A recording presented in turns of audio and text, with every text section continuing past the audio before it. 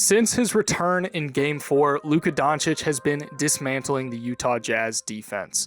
The Mavericks did exactly what they needed to do by taking 2 of the first 3 games off of Utah without Luka, but now that Luka's back, he's making his presence felt in all areas of the game and asserting his dominance. He's been easily the best player on the floor in the 2 games that he's played, and it's really not even close. Him and Dwight initiate the pick and roll, and when Luka gets inside the arc, he's drawing the attention of 4 separate defenders. Normally, defense like this would make even some of the best point guards turn the ball over when being trapped, but Luka recognizes that he still has Powell as the roll man, and he just tosses it up for an easy 2 points.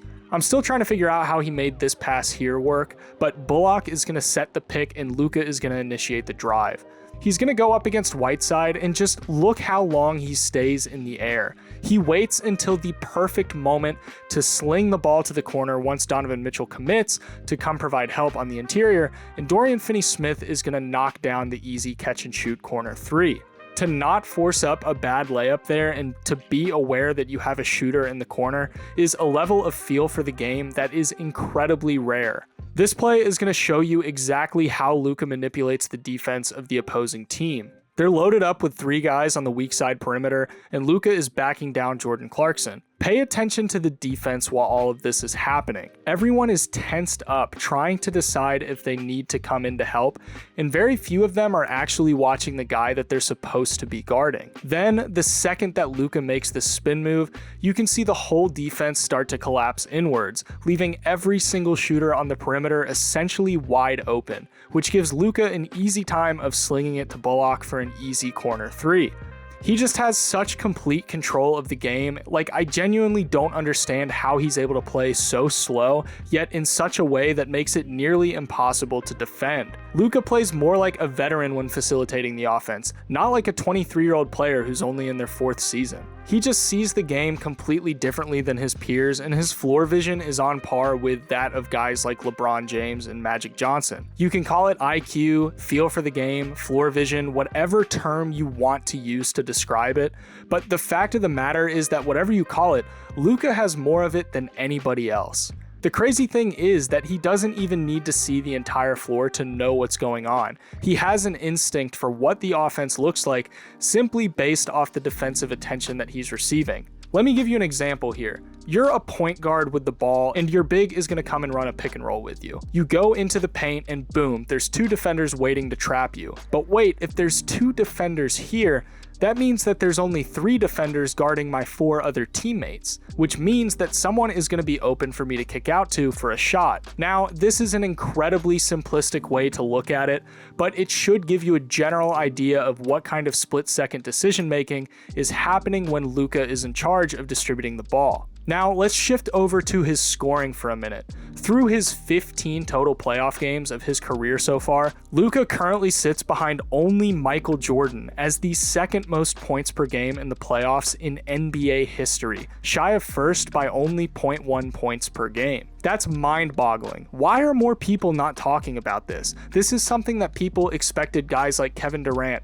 LeBron James, Steph Curry to be doing. But Luka Doncic is doing it, and it feels like nobody is talking about it. Now, I get that it's only 15 games, but still, that's 15 playoff games averaging a ridiculous amount of points. Oh, I didn't even mention that he's also doing all of this with 9 rebounds and 8 assists per game as well. He has a playoff stat line of 33 points, 9 rebounds, and 8.9 assists throughout his first 15 playoff games. At the age of 23, in his 4th year.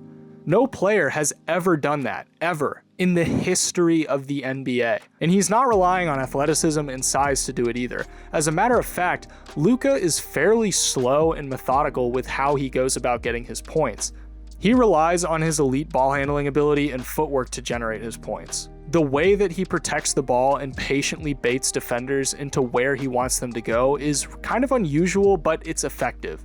He even goes as far as stopping completely on this play, keeping Bogdanovic on his hip behind him as he inches his way closer to the paint, where he's able to slowly get into his shot and put it over Bogdanovic. He does more or less the same thing here, taking the screen and then just slowly getting to the basket and then fading away for the bucket. When Luka is locked into scoring, good luck stopping him. He smelled blood in the water last night, and he was going to eat up everything that the Jazz were giving him. When he started hitting those step-back threes and getting hot, that's when he really started to get locked in. This kid lives for the moment. He was legitimately hunting Rudy Gobert, whether it was for a personal vendetta against him or because he knows that Rudy can't defend the perimeter very well, but either way, it made for some incredible entertainment. And that's one of the best things about Luka is he's an entertainer just as much as he is a basketball player. On this play, he drives, realizes that he's got Brunson on the perimeter, so he passes to him and relocates to the top of the key to get the ball back. Gobert comes up to meet him, but you'll see that Gobert kind of settles in once he gets close to Luka, and then Luka immediately capitalizes on this singular lapse in defensive judgment and he attacks the basket for a layup.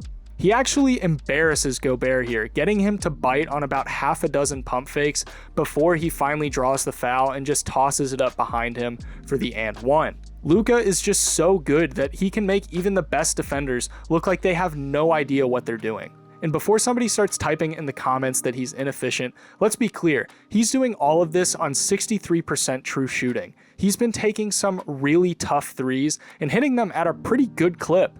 He's been a fantastic finisher, and even his free throw shooting, which was a major issue in his last two playoff series, has climbed to 75% so far through the 2 games that he's played this year. In no world can you classify him as an inefficient player anymore. Offensively, Luka is a nearly perfect on-ball player. He's the culmination of what happens when the three-point evolution of the NBA meets a generational playmaker. He's the prototype for the direction that the NBA has been hurtling towards for the last 10 years.